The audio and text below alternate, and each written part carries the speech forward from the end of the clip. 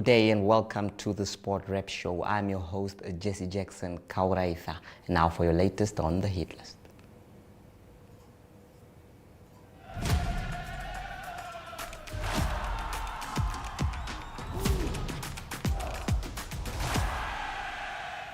Well, first off, we start off with the big competitions that's taking place tomorrow. Definitely, we are going to see who is the fastest of the fastest, and it's going to be a big one there, the Hage Geingob Stadium. Brian Munango has more on that. Okay, so I'm joined by Peter Diergaard, and we are going to be discussing what we are very excited for Saturday, which is the Sport Rep Sprint competition. Okay, we spoke a little bit lightly about it, but how excited are you for this one? I'm really excited, Brian. I'm excited to see, the chats in the locker room about who's the fastest. So I think this will show us who's going to be the fastest. So I'm super keen on it. Okay, cool. So let's demonstrate how it works first before we discuss who we think is going to win. So it's going to be a 100-meter sprint. So it's from this side to the other side of the post. There's money up for grabs. There's a floating trophy up for grabs. So we'll know who the fastest sprinter is or the fastest rugby player in Namibia is, because it's a debate that has been going on for long. We have Sheriff Titus, Jürgen Meyer, Surami Kambobo. There's a lot of players, and it's the only way we can find out is if we try the actual challenge. Okay, so Peter, how we're going to do this is we're going to put our ball just on the 5-meter line. That's how it starts. This is the beginning. So you guys maybe thought it's simple, you're just going to get on the field, start running. It's not going to work like that. So what we do is, Peter, just to make it more complicated, more competitive, we're going to start flat on the ground. Okay.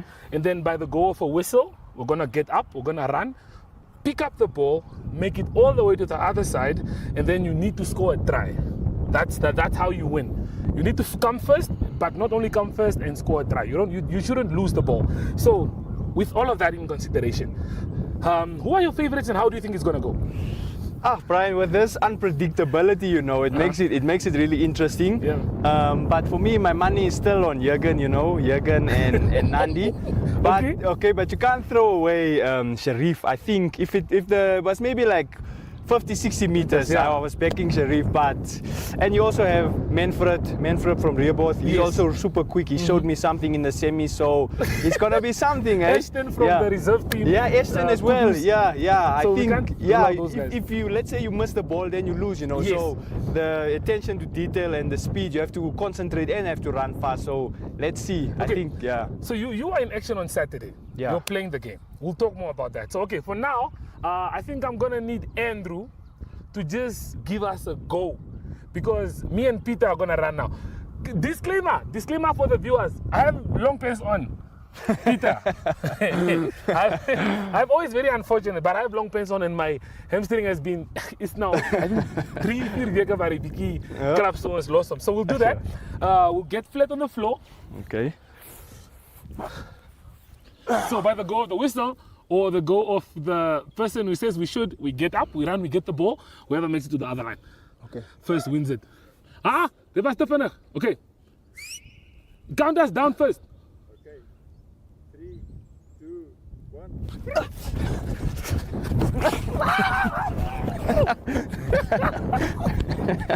Okay.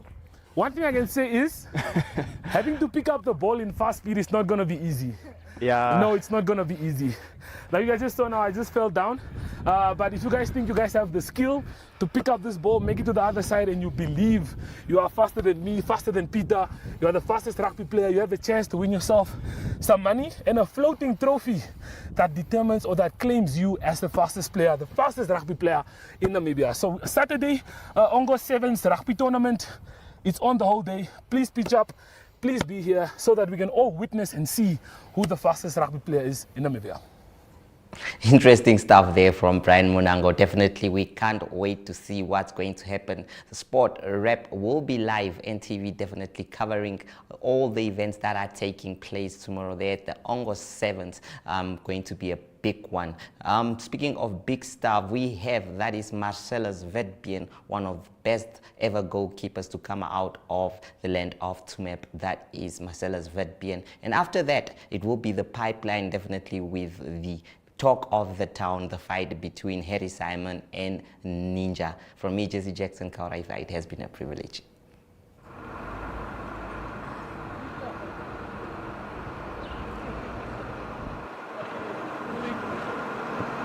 Sport Rep is here. That is Tumep again. That is with a former goalkeeper, a legend, the first goalkeeper for the national team.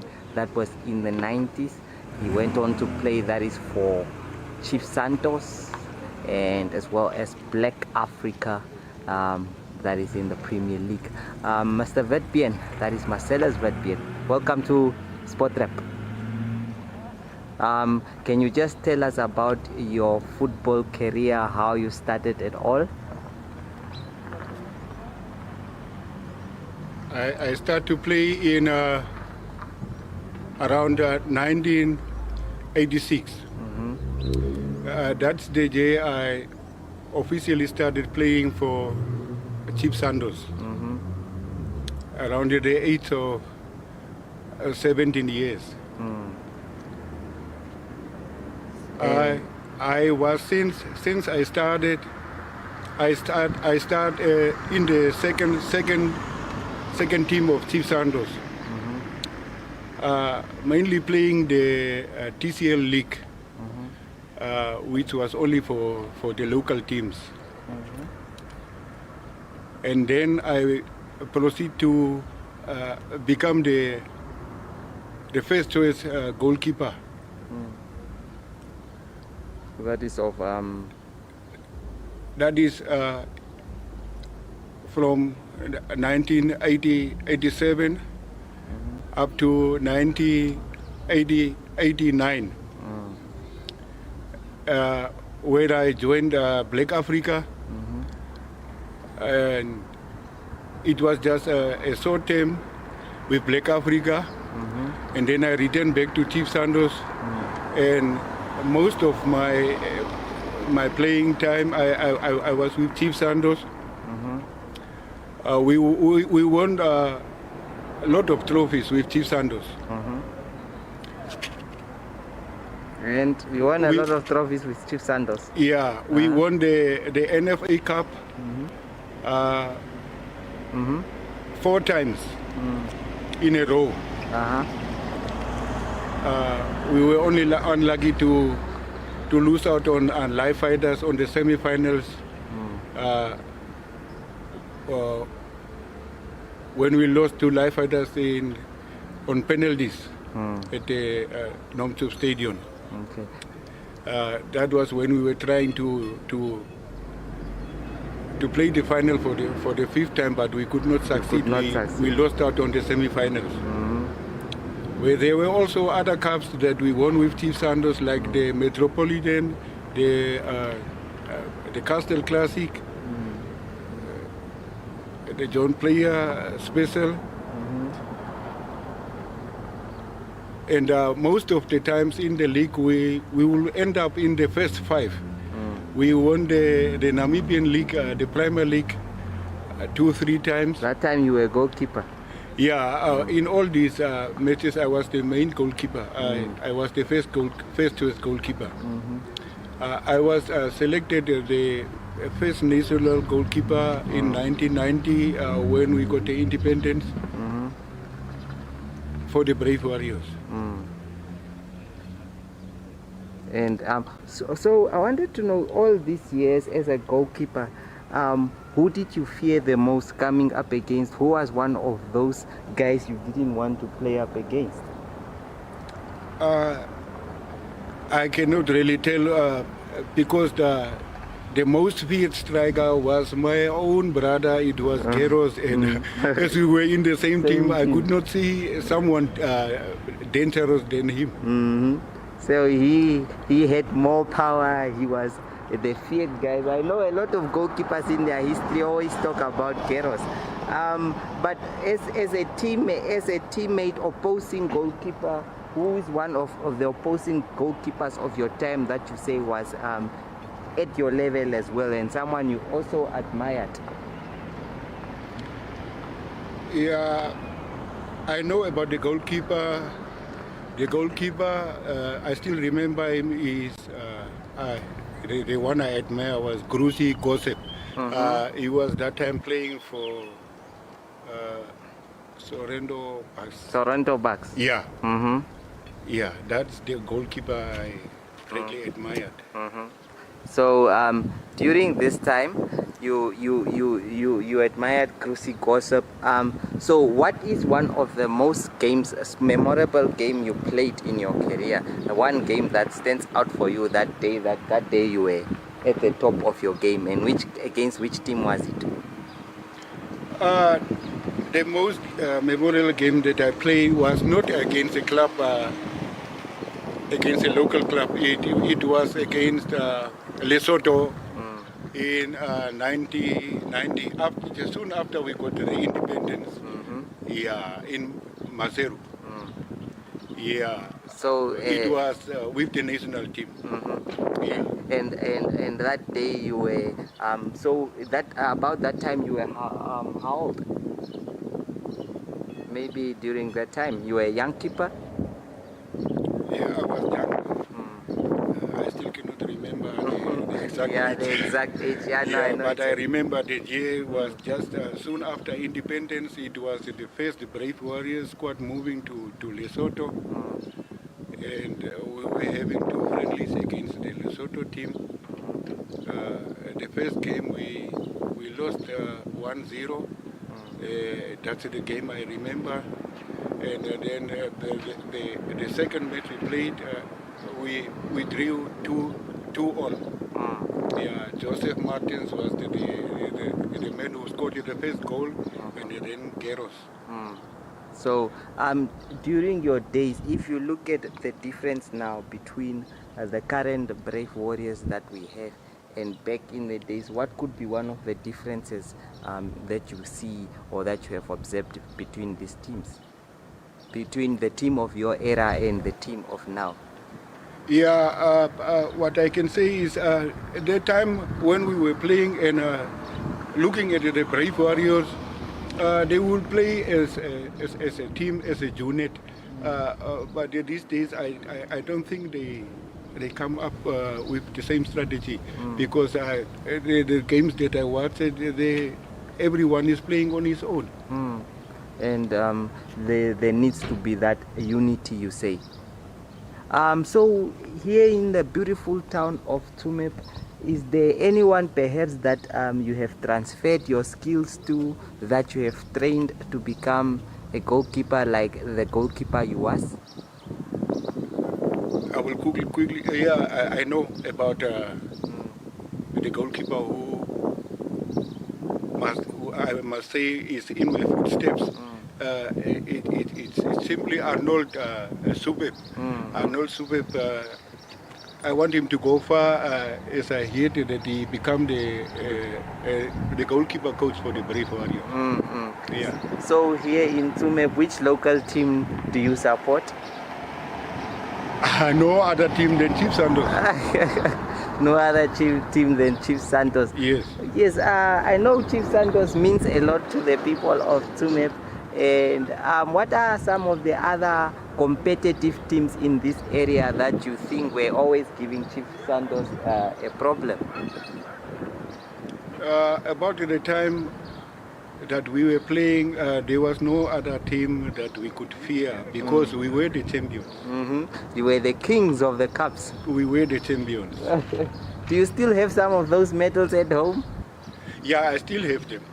Do any kids to show them that, look, this is me? Yeah, I have kids. And do you hope that they can also, are some of them even playing football or anything? Only that I don't have kids playing football. They are not interested. It's funny that it comes that way. Yeah, because I think the Vetpian family in this area was known for football, right? Yeah, my cousins are playing.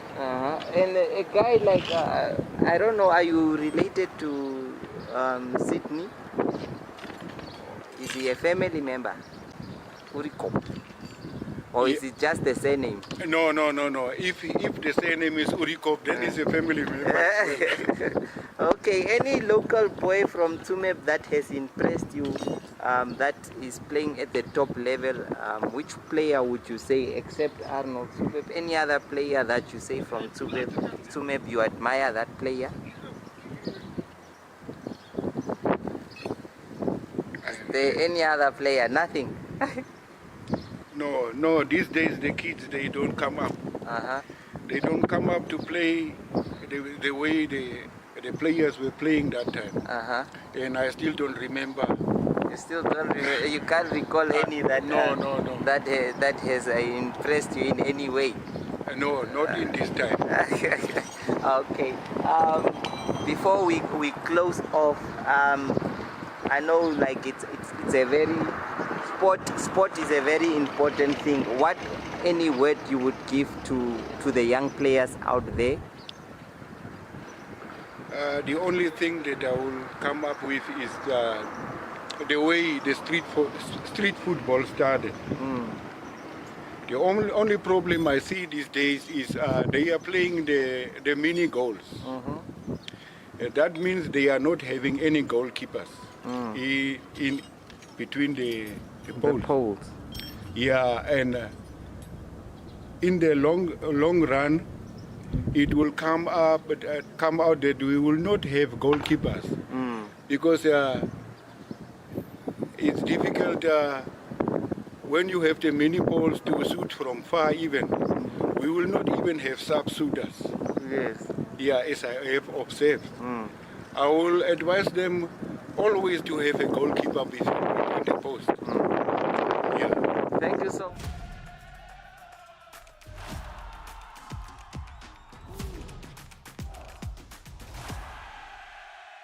Well, the idea was born out of an idea brought by the Ninja Against Crime and the public at large. So we are just heeding the call of the public. The public made this call, and then Salute Boxing Academy is an organization that promotes boxing, and we are in entertainment. We have felt that we need to heed this call. The purpose of the gathering is to announce that we are planning on having a very nice, good exhibition fight between Paulus Ninja Shimwe Feleni versus our former world champion Harry Terminator Simon.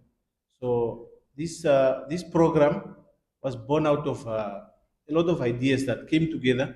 Number one, Ninja is rebranding himself, and he's also getting support from Harry Simon and the public that called out for the two to come together and see who is the champ. So right now, we heeded that call. It's an academy that promotes boxing. So it's an exhibition bout, but I can tell you exhibition bouts are not exhibition into as per se. We remember vividly that there was an exhibition done by MTC, which we saw that there were knockouts that happened. So I can tell you this one will also be similar. It's an exhibition fight, the way we are calling it, but it's a very exciting one. So for this purpose only, we are only going to announce that the main attraction, but I'm sure there will be other professional bouts. Those ones will be professional bouts that will form part of the undercards. Those ones will also be exciting as I see, because we want to have a very, very, very entertaining evening of boxing. So the date, we are planning to have this event on the 7th of December, 2024. The venue will be announced because as we have been conducting our small research, all other people want this event to be part of to be in their region. So we are still busy negotiating with those that really wants this event to be in their region. So there is logistical needs that will be met. So whoever is coming on board to help us meet some of these logistical needs, for sure the event will go to their region and their towns that wants to host this event. So from my side, that That was the small announcement I had to make. But maybe just to add, as we said, Ninja is rebranding. So this fight is organized not only for the purpose of entertainment or boxing per se, but there is a message that this event will be carrying out there. And it's the message against crime, gender-based violence, and all the other evils society is facing today. So we are, as an academy, assisting in the rebranding of Ninja. We are just supporting him in his quest because he wants to have a message out there. So we want to be part of the message that he's getting out there. And Harry Simon, being also a champion that he is, he felt that he also needs to support this call. So we are all in it to have that message go out there to the public that crime is not good, and then all the other social evils of society should come to an end. First of all, I am excited to announce that Mr. Paulos Shimwefereni, well known as Ninja, whom we all are aware that he recently got his freedom after serving 26 years. He holds a record of almost an inmate, a Namibian inmate who has served longer in correctional facility. And he came out a very, very well rehabilitated man, as you can see him here. His coming out owe a lot to the Namibian nation, and Mr. Ninja himself want to give back all what he have lost during the 26 years that he has been in correctional facility. He said he owe a lot to the nation, he owe a lot to the Namibian community, and that resulted in us starting up a brand in his name. The initiative was his initiative together with me, who is now the brand manager, and the co-founder with him as a founder. And yes, the brand has stood up. The brand is standing. It's a baby brand, and it's a brand that is going to unleash a lot of potentials and is going to put a lot of stops to crimes being committed in our communities. And when you meet him now, you must just not call him Ninja only. He has got a surname now. His full name now is Ninja Against Crime. That is now the brand. That is now the brand that is up there to go out there and do charitable works. Ninja will be involved in charitable works to combat gender-based violences, that is crime of every day. Ninja would want to coach all the crime organizing schemes and schedules and gangs that we see in the country. He would want to make sure that he helps those people by talking to them, by talking to naughty kids, criminals, by going to prison and talk to inmates, going to school and talk to children to make Namibia a safe place. So out of that, an idea came out that has been supported now by the former champion and still the champion, Harry Simon, the Terminator, to say yes, they need funds. They need a bit of funds to move in order to make that a reality, in order to go and speak to the school, in order to go and assist the women and men networks that we have in different regions combating crimes. In order to reach them, they need funds. And then they came up with an idea to hold out an exhibition. This exhibition fight is going to take place. It's going to be an interesting activity. It's going to be an interesting entertainment in the history of sport in the country, and this is why it needs a call of everybody. And we are going to make it happen as planned on the 7th of December, 2024. Yes, the purpose of that, like I said, is to combat crime, is to give support to the teams that are combating crime on the ground, especially the men and women network that are doing that without any any assistance. Therefore, Ninja Against Crime has come on board now. I would want to wish them all the best during their preparations and toward making this event a reality. This came about when it was July mid-2024, when the media reported that the Namibian police have recorded a total of 110,551 criminal cases during their financial year 2023-2024, which is equal to about 300 criminal cases being reported on a daily in Namibia. This is shocking, and that's when Harry Simon and Ninja realized the boy child needs extra intervention. With 31 fights and 31 wins, Ninja is about to feel the power of Harry Simon's punch. This will be the biggest unsanctioned fight in Namibia in the name of creating awareness for a safer Namibia. After the fight, the two patrons are planned to travel nationally to engage with the boy child and share their experiences, as well as motivate the boy child to deter from self-harm, the world of crime, and the abuse of our women and children. This inspiring mind shift